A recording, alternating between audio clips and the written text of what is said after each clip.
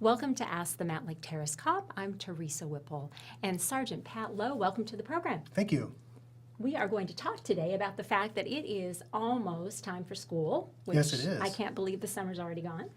It went very quickly, didn't it? It did go very quickly. And with school comes a lot of awareness that people have forgotten about. School buses are on the streets, kids are on the sidewalk. What are the reminders that you'd have, maybe the top 2 or 3 things you think people should be keeping in mind as school starts again? Well, this is going to seem very basic, stuff that everyone probably already knows, but it's a good reminder. Very, very simple things like try not to be so distracted when you're driving, especially when there's young children darting in and out of traffic. Children can be unpredictable. Yes, they when can. You're driving to school or driving your kid to school or just passing through the area. So one of the things you really, really want to pay attention to is an unpredictable child darting out into traffic. Okay. So that's just one thing to think about. Everyone knows that when people are going to work, they're busy, they're looking at their cell phones, which maybe isn't such a good idea. And all it takes is just one time to glance down at your cell phone for a second and look up and there's a child in front of you. Right. So right. That's another thing you want to really pay attention to. And the school zone signs that, of course, in the school zones, right, and flashing lights that people may not be thinking about will be showing. Yeah, and it's very clear.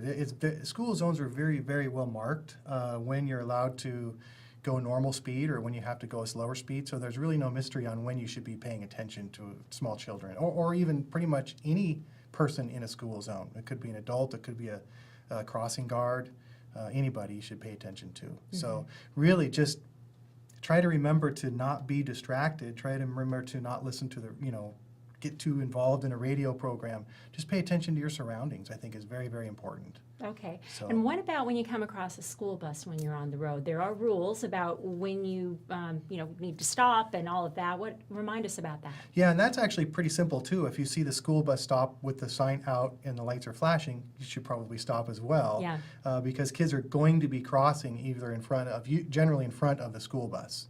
So there is some confusion as to when you need to stop for a school bus if there's multiple lanes.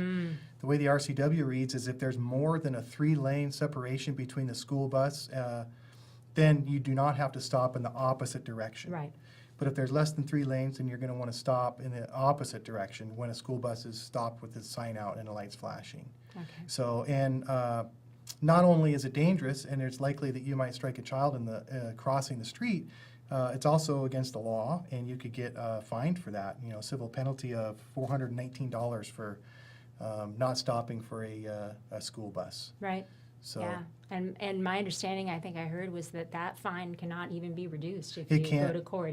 That is how much it is. That's how much it is. You can't take it to court. A judge won't reduce it. And a good amount of that money, I don't know exactly how much, though, a good amount of that money actually goes towards different programs to help with this sort of thing too. So it's not like the cities or the states all just collect this money. It gets distributed out to different programs to help with school safety and such. Okay, very good. So, is there anything else that you think is important to mention that we didn't talk about?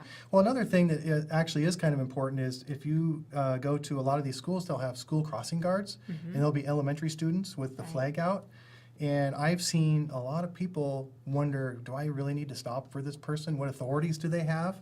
It actually also is an infraction for you to disobey a school crossing guard. So, and that would be a $228 fine. Wow. And not only is there a fine, but there's also likelihood of maybe you hitting a small child, which would be, it would be tragic. Yes. And it's not worth checking that text message or looking down or being distracted.